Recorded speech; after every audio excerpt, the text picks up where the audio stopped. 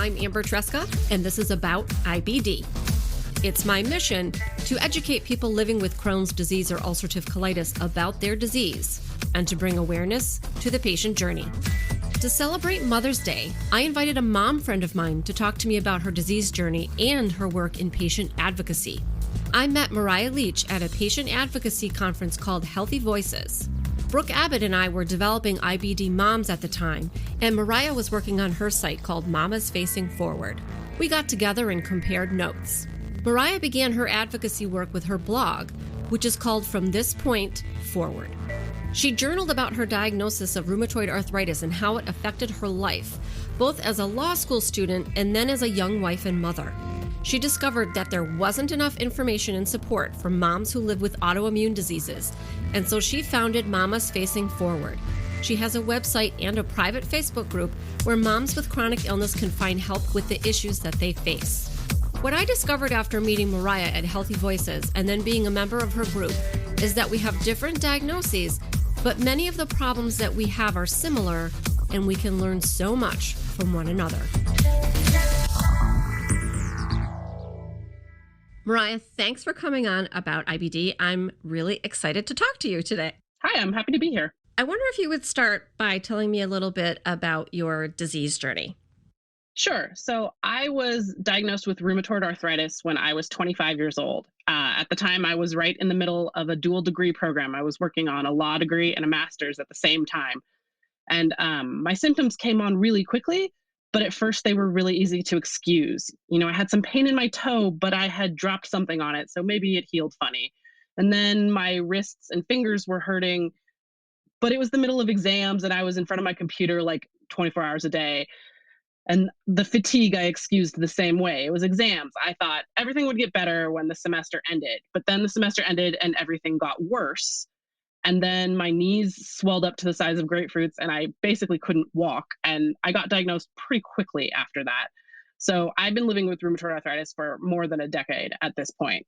And I know that this podcast is about IBD, and I do not have IBD, but I do think there's a lot of things about my disease journey that I have in common with people who are living with IBD. For example, I use biologic medications to treat my RA, so I know what it's like to get an infusion or to stab myself with a needle. I also know what it's like to juggle a million doctor's appointments or fight with health insurance company to get the care that I need, or to have to cancel social events because my body isn't cooperating. And I understand what it's like to work towards a major life goal like graduating or starting a career or starting a family while constantly trying to manage your health alongside that. I have two questions about your diagnosis journey. The first one is that from what I've come to understand about the rheumatoid arthritis patient experience, and that's mostly through being involved with you and your group and your advocacy, which we'll talk about, is that it sometimes takes people a very long time to get diagnosed. And then also, is it common for rheumatoid arthritis to come on quickly as it happened in your case? So I consider myself, quote unquote, lucky that I got diagnosed so quickly, because if it had to happen, it was nice to have it happen quickly, and then I could start working towards finding a treatment that worked. I've definitely talked to a lot of people living with RA who struggled a lot longer to get a diagnosis. And I do think that in many cases, mine was severe. It came on quickly. And I think that does happen, but also I think it can happen kind of slowly over time. And that's one of the really interesting things about rheumatoid arthritis and kind of autoimmune arthritis in general, is that it seems like it can occur in a lot of different ways in a lot of different people from everybody that I've talked to. Everyone has their own unique experience with the same diagnosis. So something that we talk about a lot with IBD is that, yes, we have the two, really three buckets that IBD falls into. And sometimes it feels like these are sort of arbitrary buckets because we need them in order to get a diagnosis, in order to get treatment, because that's how the FDA works and how our healthcare system works.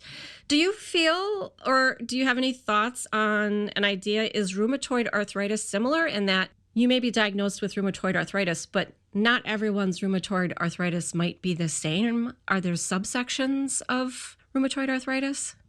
Yeah, I mean, there definitely are. The way you get diagnosed with RA kind of varies. There's no like one test that's like, yep, you have RA. There is something called the rheumatoid factor. And some people with positive rheumatoid factors have RA and some don't. And some people with negative rheumatoid factors have RA and some don't. So sounds sort of similar, where there's a lot of different ways that you can end up with an RA diagnosis. Yeah, that sounds right. It's very similar. And that's what's so interesting is that, well, you and I first met at Healthy Voices, which is a conference for patient advocates, and it's across several different disease spectrums. And I guess I always sort of nebulously knew that we had a lot in common, but then when we all got together in a room, I really realized how common the patient experience was.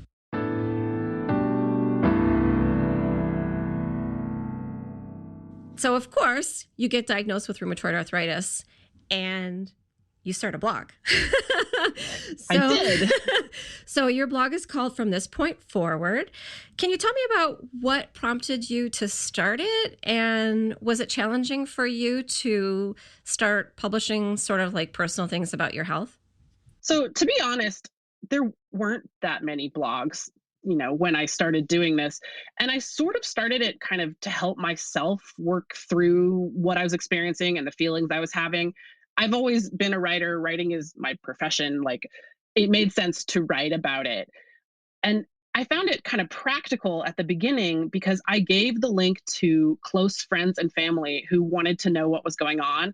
I'm in this long several month process where I'm looking for a treatment that works, and you just have to try it and you have to wait and see. And I got really tired of repeating myself to each and every person in my family or my friends who wanted to hear about it. So it was started as sort of a convenient way to just be like, here's the info, here's what's happening. And I didn't really think about it being a public thing on the internet, but it was a public thing on the internet. So eventually I connected with other people who were living with RA and who were having similar experiences. And from there, it just sort of grew into sharing my experiences with a wider community, which felt good to try to connect with people and to do something kind of positive with an experience that was, mostly negative at least at the beginning.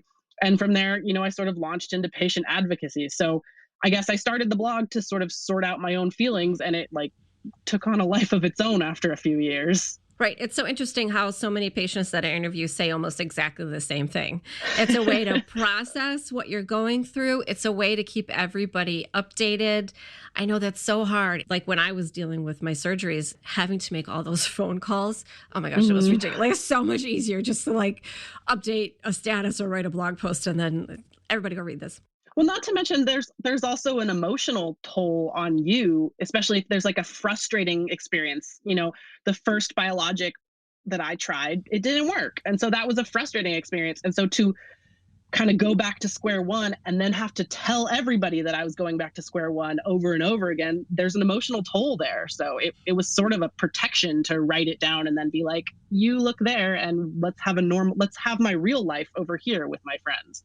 Do you feel a little bit of a separation between who you are as writer and rheumatoid arthritis activist Mariah, and then Mariah, who's also a mother and a friend and a wife and all those other things?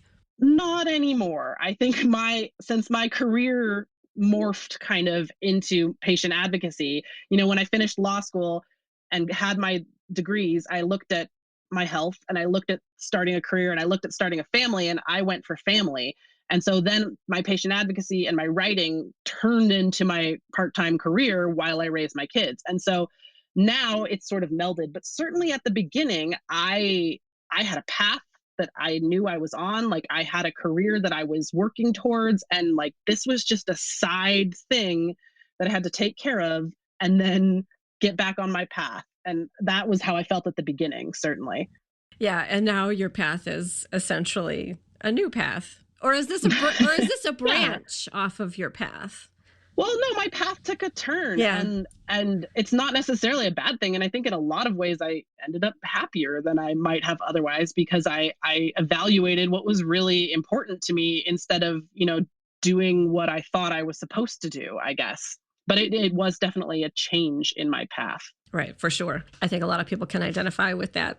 So I was reading through your blog. I was trying to read through your blog. You're so prolific, which I love because you've been able to give so many different facets of the patient experience and your own experience as a blogger, as a mother, as a wife, as all of these things. And you've been blogging long enough that you've been able to sort of document even like your children's lives through the years. I was reading one of your blog posts where you only had 2 kids. And then I was like, wait, I know she has 3. There was one post in particular that I really loved because you invented a word. And I just love that you invented this word. I don't know that I'm going to say it correctly, though. Criard? Is that how you say it? Yeah. What does that mean, criard? Yeah. Criard is basically being so completely physically and mentally drained that you don't want to do anything except sit and cry. And I first experienced this feeling during the semester immediately after my RA diagnosis, where I basically, like I said, tried to go forward with my life on the same path, kind of as if nothing has changed, you know?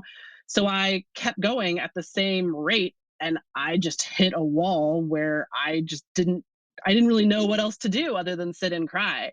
It's a spot where it's really hard to see how to keep moving forward. And, eventually I realized I'd have to slow down and change the way I approach things.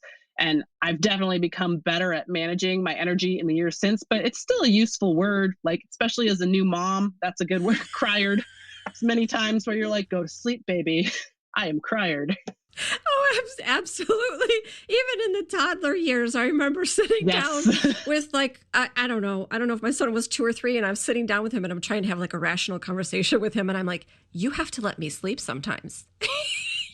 Trying to rationalize with a toddler that I needed to sleep was kind of ridiculous on my part. I wonder if you would tell me a bit about the Facing Forward series on your blog and what Facing Forward means to you. So I called my blog from this point forward because the way I resolved to live after I figured out that RA was going to change my life was just to keep facing forward no matter what. And whether that was a week at a time or a day at a time or an hour at a time, the important part was to just keep facing forward. And I'm not always perfect at doing this. Nobody is. The beauty of it, though, is that you can pick a point in time, any point in time, and start facing forward again from that point. And that's why there's a period in the middle of my blog's title. It's to remind me that I can always pick a new point and start facing forward again from there. And so after going to conferences like Healthy Voices and talking to people online, I realized that I was not the only one trying to maintain this perspective. So I started a series on my blog called Facing Forward, where over about 2.5 years, I interviewed over 100 people who were living with chronic illness. And I asked them each what they did to keep facing forward. And these individuals, I think I counted it up and it was over 110 different diseases and conditions. It was all kinds of different things that these people, it was anyone who identified with having a chronic illness. And there were many, many different diagnoses. And even though everyone had really different diagnoses, there were a lot of underlying themes across their answers. For example, most people agreed that it's really important to recognize feelings of grief and depression that's caused by chronic illness, but also at the same time that we should make a real effort to focus on positives and practice gratitude. Finding that balance was a theme that came up with many different people across many different illnesses. I may be making a leap here, but it seemed to me that your blog series led you to start thinking about another project, which is called Mamas Facing Forward, which is now also a website, and you have a private Facebook group. This is not easy to do, running a website and a Facebook group and all of the social media and everything surrounding it. You're also raising 3 kids. What are some of the challenges that you've faced since you've started Mamas Facing Forward? Well, I think you're right that my blog kind of led to launching this project, because as I went forward on my RA chronic illness journey, I think the biggest challenge that I've faced overall has been starting my family and navigating myself through 3 pregnancies while also managing my disease. Each one was different. Each one had different challenges. And I realized that an area where I might be able to really contribute would be in a focus on chronic illness and parenting, because at least from my perspective, it sort of didn't exist. I wanted a resource like that, and it wasn't there. So I thought, hey, maybe I can build one, or at least, start building one. And so I think, as I said about the Facing Forward series, we were talking about finding that balance between acknowledging dark feelings and working towards positivity. And that's certainly a challenge that I have faced in building Mamas Facing Forward, particularly the Facebook community, because I think finding the balance there can be more or less challenging depending on where you are in your chronic illness journey. Like, for example, I struggled a lot more with grief and anxiety and depression when I was originally diagnosed. Today, it's much easier for me to find positivity than it was at that time. So if you have a Facebook group that has nearly 2,000 people in it, and there's lots of different conditions and everyone's at a different place on their chronic illness journey, it can be really challenging to kind of find the appropriate tone, because you want to remind people to keep facing forward and find hope, but don't want to be Pollyanna about it. And you also want to hold space for negative feelings, but you don't want to be dragging people down. So finding that balance has been a real challenge, and it's something I've worked really hard to achieve in my group and with the project as a whole. What keeps you passionate and what keeps you engaged while coping with raising your family and all the other things that you need to do as a mother and a wife and a human, but then also keeping Mamas Facing Forward facing forward? I mean, I think I'm particularly passionate about this project because of my own experiences. When I was first considering pregnancy as a woman living with an RA diagnosis, I had other friends who were getting pregnant at the same time, but they weren't dealing with the things that I was dealing with. They weren't dealing with, well, what if I have to change my treatment, and what if my RA flares, and then how does that impact my pregnancy or my chances of getting pregnant?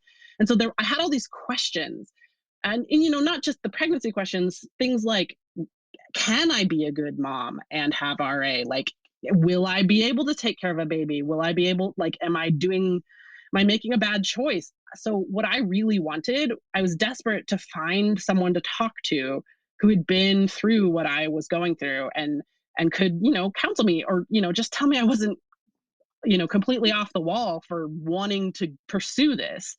I wanted to meet a real woman with real kids who was managing, even if it wasn't easy. But I couldn't find anyone. I mean, there wasn't as much social media at the time. There were fewer blogs. The best I could do was to order a book all the way from Australia that did really address the issues I was looking at, but it didn't really give me the connection I was looking for. And so my goal was to create a space and to where people could share these experiences and know that they're not alone, and to make resources easier to find, because now these resources are starting to be developed, and I want women to be able to find them if they need them. And I don't care if it's my site or another site. I want to help people find the resources that they're looking for, because it was challenging for me and I felt very alone. And if I can make it so any other person doesn't feel that way, that is worthwhile to me. What I find interesting too sometimes about being in your group is that the chronic illness community and motherhood and chronic illness, we do face a lot of the same challenges. But there are things in particular that have to do with rheumatoid arthritis that didn't occur to me. For instance, the people who ask questions about how can I button the baby clothes and things like that. Like, these are challenges that someone with IBD who does not have a form of arthritis might not face, but they're very specific to your community. And, the healthies would not be facing this at all. I mean, parenting is a physical task for anyone just to begin with. And so if you're having physical issues, it can be really challenging. Those teeny tiny snaps that they put all over baby clothes, oh my God, no. Especially the ones on the pajamas where there's like 10 snaps in, like, no. I threw all of them away and bought ones with zippers. Like, forget it. So but you have to think about how you're going to fix these challenges. Like, how are you going to manage? And for me, it was a lot of trial and error. And so if I can create a space where moms with RA can talk to each other, they can come up with with ideas. The one I always think of is there was a discussion in the group at one point. This was before I had a daughter, about how to put a rubber band in your kid's hair, how to put a ponytail up when your hands and wrists were giving you trouble. How could you do it? And it wasn't something at the time that I could give any advice on because I had boys. I never put a ponytail in. But lots of moms piped in with different techniques and different products that made it easier and, made it easier for the mom who asked the question to be the mom that she wanted to be and accomplish what she wanted to accomplish without having to fight through trial and error by herself. I just love that. Part of having a group where the people can come in and answer each other's questions is just, it's so validating because your experience is your experience and you can speak to a lot of different things. But like you said, there was a facet that you didn't yet have any, great, ideas maybe to share, but then you had other members that did. And so that just speaks to how important this group is. And everyone in your group is so kind to one another too, I mean, I am a member of the group. Like I not only I lead it because I started it, but I also benefit from it personally to connect to other people who, each of my pregnancy experiences was different. I was pregnant, the third time around while this group existed. And so I benefit from it, from the connections as well. Right. Yeah. It's perfect. Works out so well.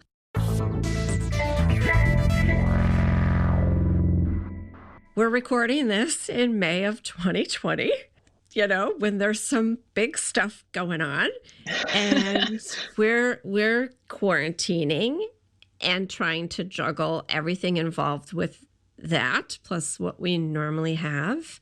How is your family managing those things? And how are you managing with, for instance, the distance learning? My oldest is in second grade and my middle kiddo is in kindergarten. So I'm lucky that the distance learning aspect isn't super rigorous or super necessary. So I do let things go if it's causing more stress than benefit. That being said, I'm trying to keep up with it and it's a lot to juggle, especially because I have a 2-year-old to keep entertained while managing 2 different grades and house and family and work on the side. I've found it helpful to have a little bit of a routine, not only for the kids' sake, but also because I use it to build in little breaks for myself.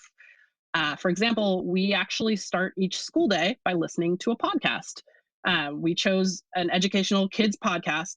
And every morning when we're ready to start school, I put one on. It's 20 or 30 minutes.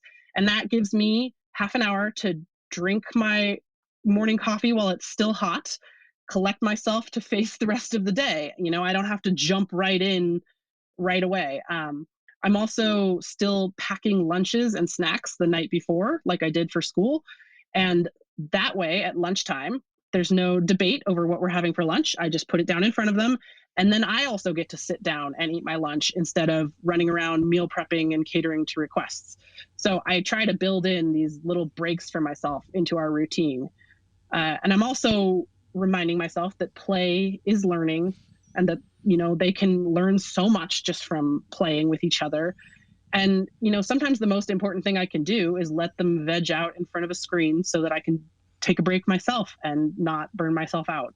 I think that's right. I think we have to give ourselves the breaks, wherever those breaks may come. I know that I have really loosened my restrictions on screen time, especially because I can't invite another kid over right now and then they can just go play or play outside even while I sit at the table outside and supervise. That's impossible.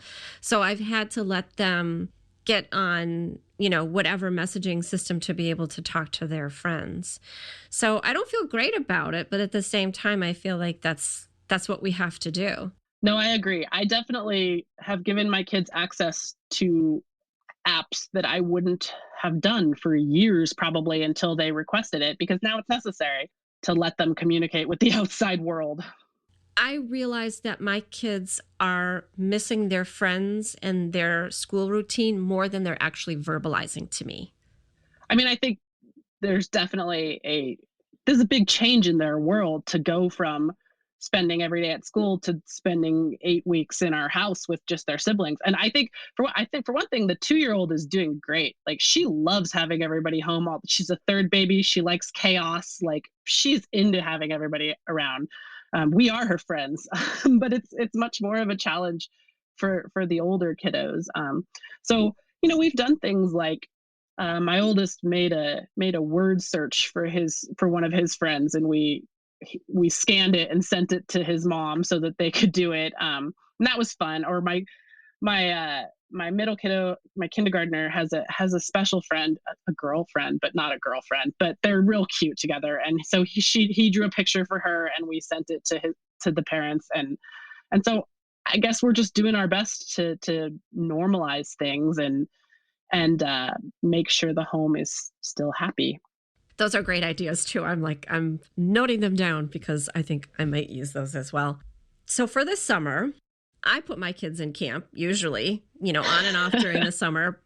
But honestly, we don't even know yet here in Connecticut if we're going to be able to have camps or even what those camps are going to look like. I'm getting the sense that they might have to scale things back. And then I don't know how they're going to decide who gets to come and who doesn't if they have to scale back their registration. You have a great idea in the Mamas Facing Forward Stay Home Summer Camp. So would you please tell me about this and how parents can get involved? Sure. So, my kids are looking forward to the end of the school year like any other kid is. But for our family, summer usually involves a lot of traveling. We visit national parks. They attend different summer camps. When they're home, we go to the zoo, we go to the playground, we go to the swimming pool, and all of that seems like it might be out of the question for the foreseeable future. And even if some of the camps do run, I question, well, can I send my kids if I'm at a higher risk? Like, is it like if it's safe for kids to go, is it safe for my kids to go? And so that's something I would have to consider, although so far it looks like all of our camps are being canceled. So all of a sudden, I realized that we were about to spend an entire summer at home with no structure and no camps and no traveling. And so I panicked a little bit, and I decided that I needed to find a way to make the summer easier for me. And so I got the idea of a stay home summer camp, and to provide a little bit of general structure for my kids, and also to kind of make it fun for them because they're sad about missing out on these things that we usually do too.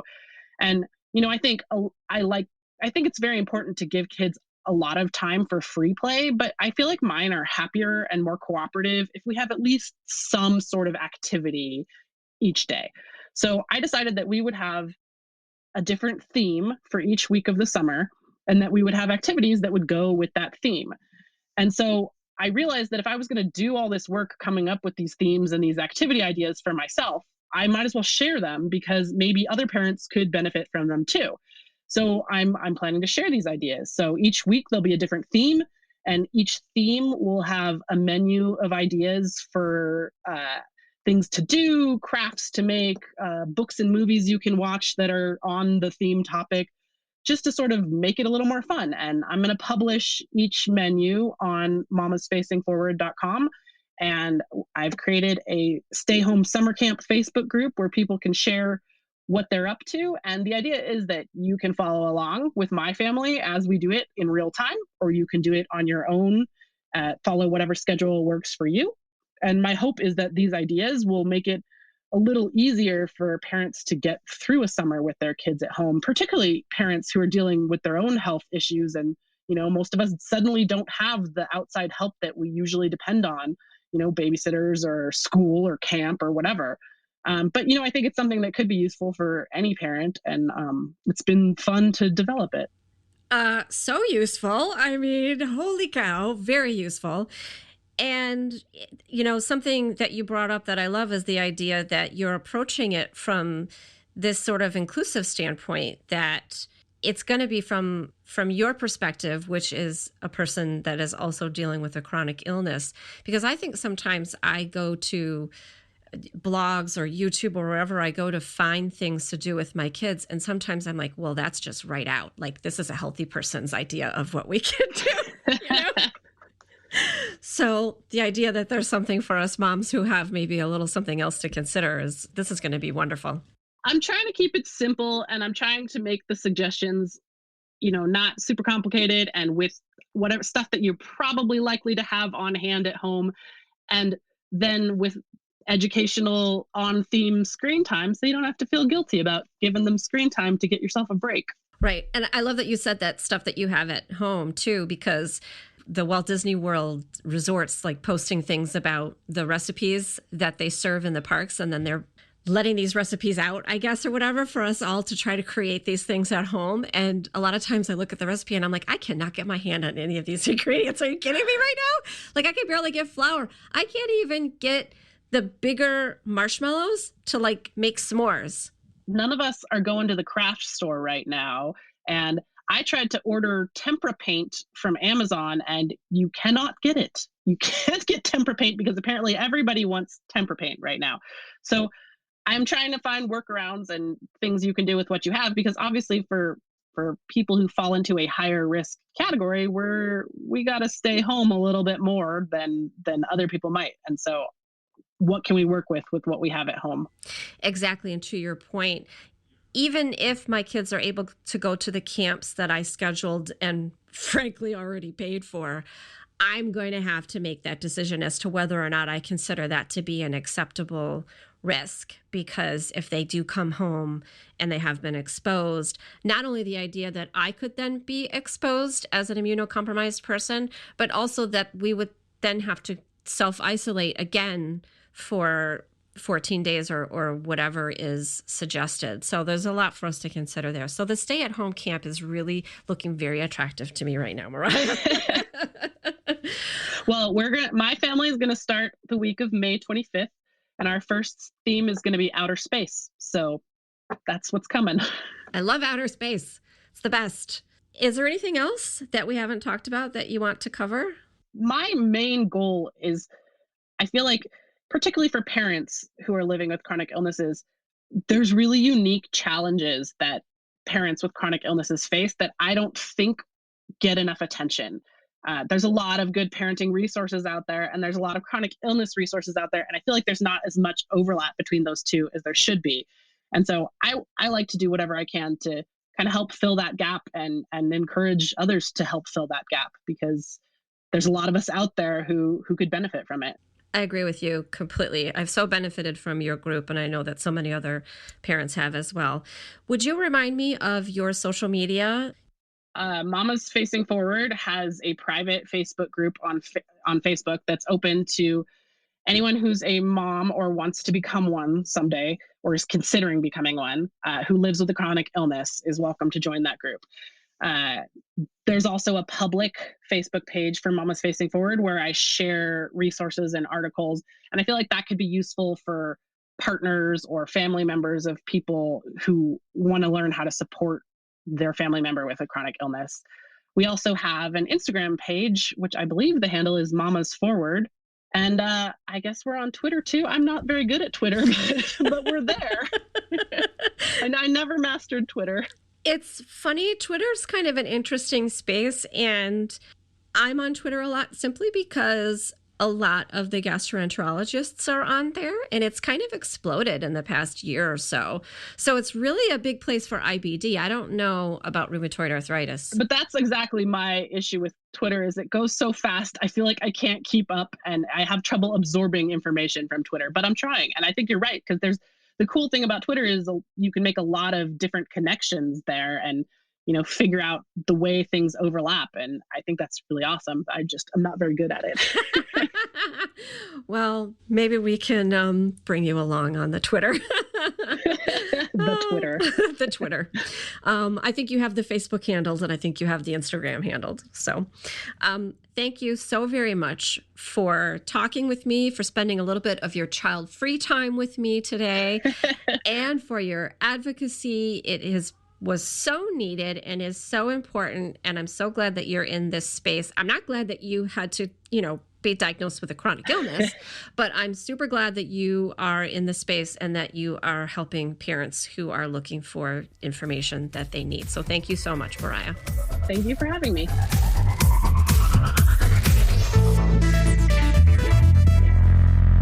super listener. Thank you to Mariah Leach for being such a strong voice in the rheumatoid arthritis and chronic illness communities. You can find Mariah on her blog at fromthispointforward.com, on Facebook as From This Point Forward, on Twitter as Mariah Forward, and on Instagram as FromThisPoint.Forward. You can follow Mamas Facing Forward at mamasfacingforward.com, or on Facebook as Mamas Facing Forward, and on Twitter and Instagram as Mamas Forward. You can also join the Mamas Facing Forward Stay Home Summer Camp group if you are looking for ways to keep your kids occupied this summer. I know I am. I will put all of this information in the show notes and on the episode 71 page on my site, aboutibd.com. Thanks for listening. And don't forget that you can find me all over the interwebs as About IBD on Facebook, Twitter, and Instagram, as well as at aboutibd.com. If you've enjoyed this show, please share it on social media or tell a friend how to subscribe. Those little things that you can do will help me keep producing this show. Thanks for listening, and remember, until next time, I want you to know more about IBD. About IBD is a production of Mal and Tal Enterprises. It is written, produced, and directed by me, Amber Tresca. Sound engineering is by Matt Cooney. Theme music is from Cooney Studio.